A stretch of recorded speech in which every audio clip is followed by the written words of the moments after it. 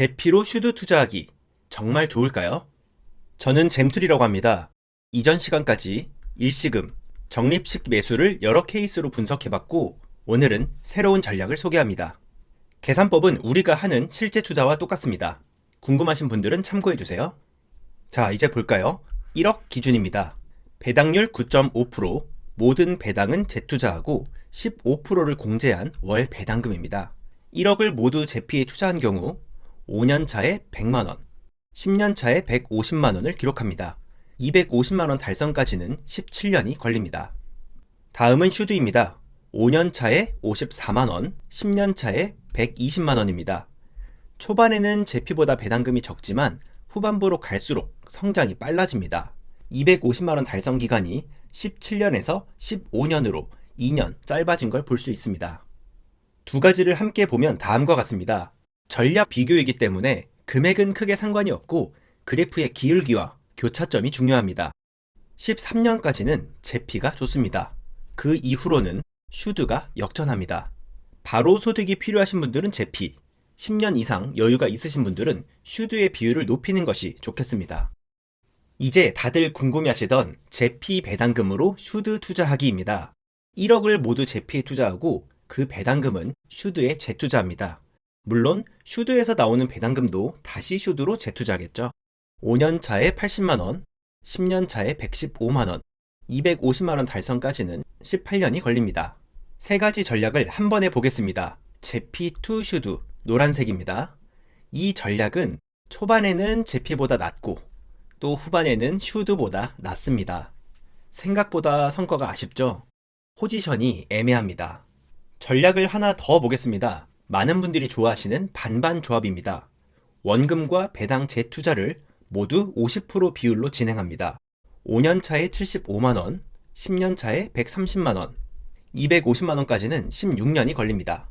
네 가지 전략을 한 번에 보면 어떨까요? 초록색 반반 조합은 초반, 후반 모두 고민 없이 선택할 수 있습니다. 제피와 슈드의 딱 중간이죠. 아쉽게도 노란색 전략은 어느 구간에서도 포지션이 애매하다는 걸 알 수 있습니다. 월 배당금을 자세히 살펴보겠습니다. 초반엔 제피, 중후반엔 슈드, 그리고 고민 없이 중간은 가는 반반 조합입니다. 새로운 전략의 경우 후반부에는 제피를 뛰어넘긴 하지만 그때는 슈드를 포함한 전략들이 훨씬 더 우세합니다. 그런데 20년, 30년은 너무 길죠? 현실적으로는 길어도 5년, 10년 정도 불리다가 재투자를 멈추고 배당금을 모두 생활비로 쓸 겁니다. 재투자를 멈추는 경우 어떻게 되는지 살펴보겠습니다. 먼저 5년입니다. 각 전략에 1억을 투자하고 배당금을 재투자하다가 5년 후에 멈춥니다. 먼저 빨간색 슈드는 배당이 성장하죠.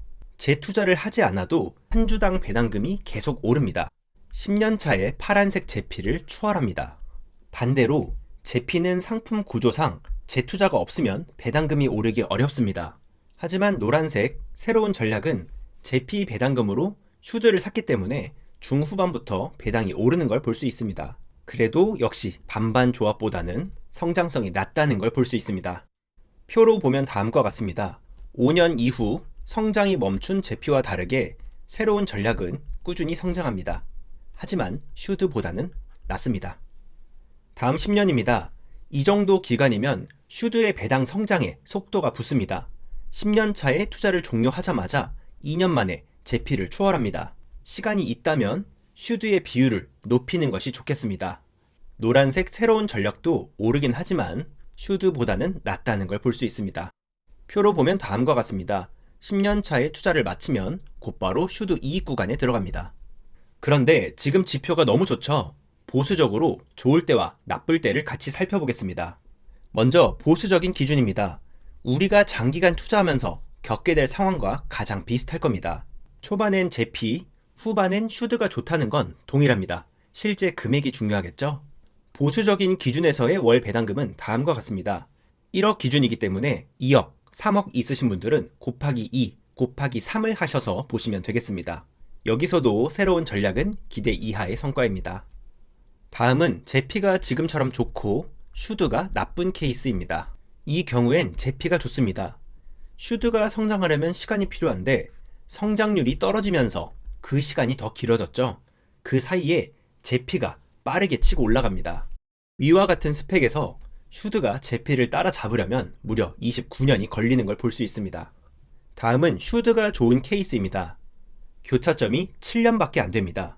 그만큼 슈드가 빨리 치고 올라간다는 거겠죠? 이런 경우 무조건 슈드의 비율을 높이시는 게 좋습니다. 장기적으로 제피의 안정성이 우려되고 슈드가 좋겠다 생각하시는 분들은 보시는 것처럼 슈드의 비율을 높이시면 되겠습니다.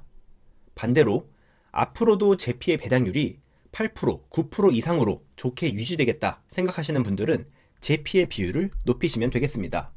고민 없이 반반 조합도 좋습니다. 미래는 알 수 없지만 어떤 경우에도 중간은 갈 수 있습니다. 지금까지 살펴본 내용을 통해 결론을 내려보겠습니다. 제피로 슈드 투자 정말 좋을까요? 흥미로운 전략이었지만 성과는 아쉬웠습니다. 시간적인 여유가 있다면 배당 성장의 비율을 높이는 것이 좋고 바로 소득이 필요한 경우에도 고배당의 비율을 높게 가져갈 수 있겠지만 최대 50% 이상 넘지 않으시길 추천드립니다. 세상에 공짜 점심은 없죠. 시장 평균을 크게 상회하는 상품이 있다면 그만큼 리스크가 클 수밖에 없습니다. 제피 배당금은 그 변동폭이 크죠. 옵션에서 오는 상품 구조상 전체 자산을 모두 고배당으로 구성하는 건 위험할 수 있습니다.